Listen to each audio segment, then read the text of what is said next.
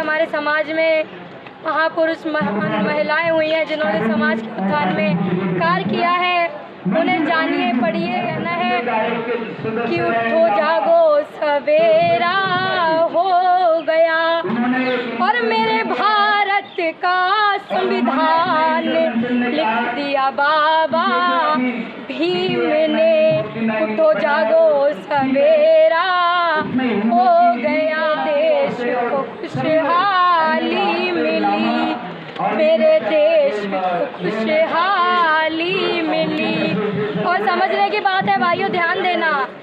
और गांधी को जीवन दान दे दिया बाबा भीम ने, मेरे भारत का संविधान लिख दिया बाबा भीम ने।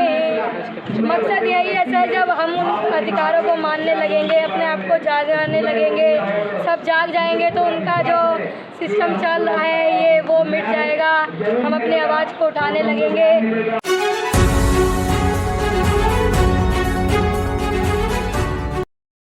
धर्मगुरु बैठेगा और अगर जैन है तो जैन धर्मगुरु बैठेगा, तो हमारे साथ ये न्याय क्यों नहीं हो रहा है, हमारे साथ ये भेदभाव क्यों हो रहा है। मैं यही चाहती हूँ कि जो प्रशासन के लोग हैं, जो हमारी सत्ता है, माननीय प्रधानमंत्री जी और राष्ट्रपति जी, जो भी लोग हैं सत्ता में, उन सभी से मेरा हाथ जोड़कर निवेदन है कि मुझे महाबोधि महाविहार पर जो हमारे धर्मगुरु है, भिक्खु है, जो हमारे समाज के लिए, राष्ट्र उत्थान में, देश उत्थान के लिए, विश्व उत्थान में दिन और रात कड़ा संघर्ष कर रहे हैं, मेहनत कर रहे हैं, उनकी आवाज़ को ना दबाया जाए और महाबोधि महाविहार पर हमारा अधिकार हो। और मुझे हमारे समाज के लोगों से भी बहुत ज़्यादा विडम्बना होती है। शानू कुमार जी एक पंक्ति कहते हैं, अभी वो मुझे याद नहीं है, पर वो उसमें बीच में कहते हैं, वो राजनीति की बात कर रहे हैं, पर बीच में बात आती है तो वो कहते हैं कबीरा सारा रारा, शायद आपने सुनी हो।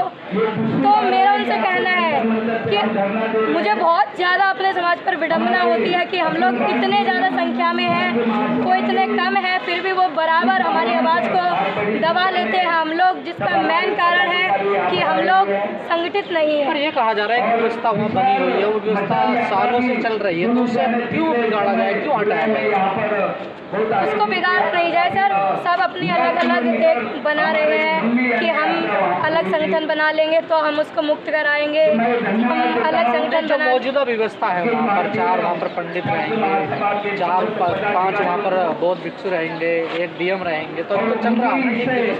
नहीं सर, ये नहीं होना चाहिए, क्योंकि जो मुस्लिम का मस्जिद है उनमें सिर्फ और सिर्फ मौलाना भाई ही उनका अधिकार है। तो हमारे साथ ये अन्याय क्यों हो रहा है, ये अन्याय हम बर्दाश्त नहीं करेंगे। और अगर हमारी मांग गलत है तो उसको गलत प्रूफ करके दिखाइए। तो वो भी तो कहते हैं बुद्ध भी तो अवतार है। मैं नहीं मानती इस बात को कि भगवान बुद्ध किसी भी अवतार है, या मैं देवता या पाखंडवाद पर, अंधविश्वास पर भरोसा नहीं करती। आंदोलन सफल क्यों नहीं, क्या वजह है, इसके पीछे क्या साजिश है जो मुक्त नहीं हो पा रहा है? इसके पीछे साजिश यही है कि जब लोग अपने आप को पहचानने लगेंगे, अपने धर्म को फॉलो करने लगेंगे, तो जो हम पिछड़े लोग हैं, जो हम अभी जागे हुए नहीं हैं, हम लोग भी अपनी आवाज़ों को उठाने लगेंगे, समझने लगेंगे, और जिन लोगों ने भी कब्जा कर रखा है उनका कब्जा छूट जाएगा। बुद्धिस्टों पे एक आरोप वो लगता है कि ये हिंदू धर्म को कमजोर कर रहे हैं, धर्मांतरण करवा रहे हैं। वो जो उनका धर्म का धंधा चल रहा है उससे वो बंद हो रहा है ना, तो ये तो बिल्कुल लगेगा हमारे ऊपर, क्योंकि जो उनकी गलत विचारधारा है उससे हटकर हम एक अच्छी चीज़ को मान रहे हैं, अपने आप को आगे बढ़ा रहे हैं, तो उन्हें तो बुरा लगेगा। और मेरा हमारे समाज के लोगों से कहना है कि उठो जागो सवेरा हो गया और मेरे भारत का संविधान लिख दिया बाबा भीम ने। उठो जागो सवेरा हो गया। और जब बाबा साहब ने संविधान लिखा तो क्या हुआ है, अब ऊंच नीच कोई ना रहा, अब ऊंच नीच कोई ना रहा।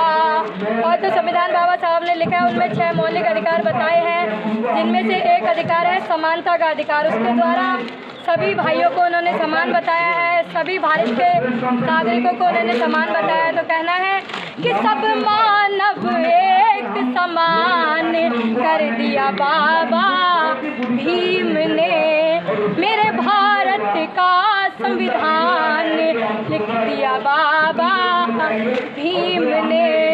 और मेरा कहना है, जब बाबा साहब ने संविधान लिखा तो क्या हुआ है, मेरे देश को खुशहाली मिली, मेरे देश को खुशहाली मिली।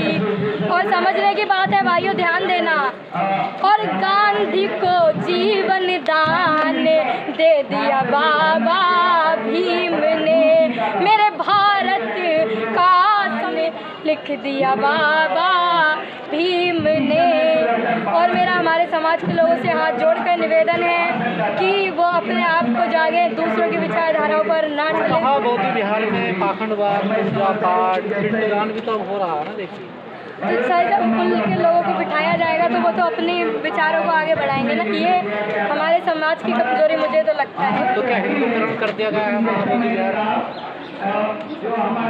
हिंदूकरण, इसके बारे में सर मुझे नॉलेज नहीं है, पर मैं यही चाहती हूँ कि जो महाबोधि महाविहार है उस पर बौद्ध भिक्षुओं का शासन होना चाहिए। शासन एक तौर से नहीं कह सकते, अधिकार होना चाहिए, क्योंकि ये संविधान के तौर से भी है।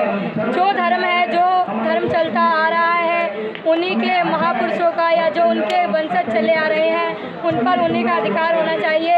और जो हमारी धर्म भूमि है तो उस पर हमारे धर्म गुरुओं का अधिकार होना चाहिए। क्यों नहीं देना चाह रही सरकार? आपका मकसद क्या है इसके पीछे? मकसद यही है सर, जब हम उन अधिकारों को मानने लगेंगे, अपने आप को जागने लगेंगे, सब जाग जाएंगे, तो उनका जो सिस्टम चल रहा है ये वो मिट जाएगा।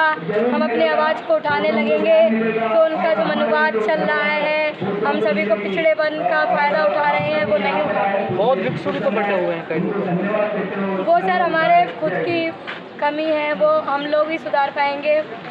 और हाथ जोड़कर निवेदन है मेरा पूरे प्रशासन से और हमारे लोगों से भी कि अपने आप को जगाइए और महापुरुषों को, और जितने भी हमारे समाज में महापुरुष महिलाएं हुई हैं जिन्होंने समाज के उत्थान में कार्य किया है, उन्हें जानिए, पढ़िए। अभी लिखने को सर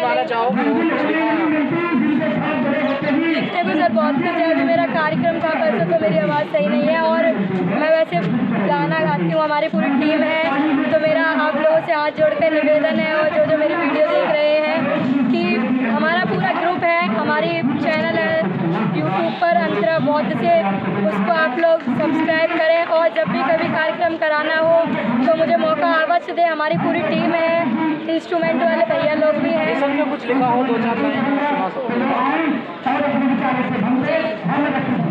मैं वही कहना चाहूँगी कि जो बाबा साहब ने अधिकार दिए हमें, जो हमारे पास अधिकार पहले नहीं थे, पहले हमारा जीवन क्या था और अब हमारा जीवन क्या है।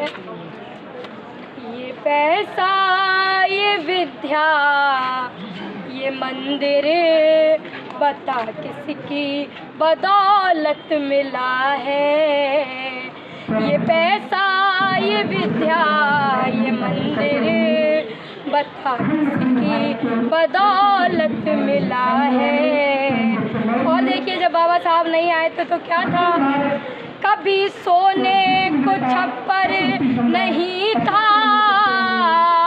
धूप आंधी सताती थी हमको, और आज ऊंचे भवन में बस तेरा बता किसकी बदौलत मिला है। मेरी आवाज़ सर अभी ठीक नहीं चलती, तो इसके साथ मैं अपनी वाणी को विराम देती हूँ। आप सभी को मेरी तरफ से नमो बुद्धाय। जय भारत, जय संविधान।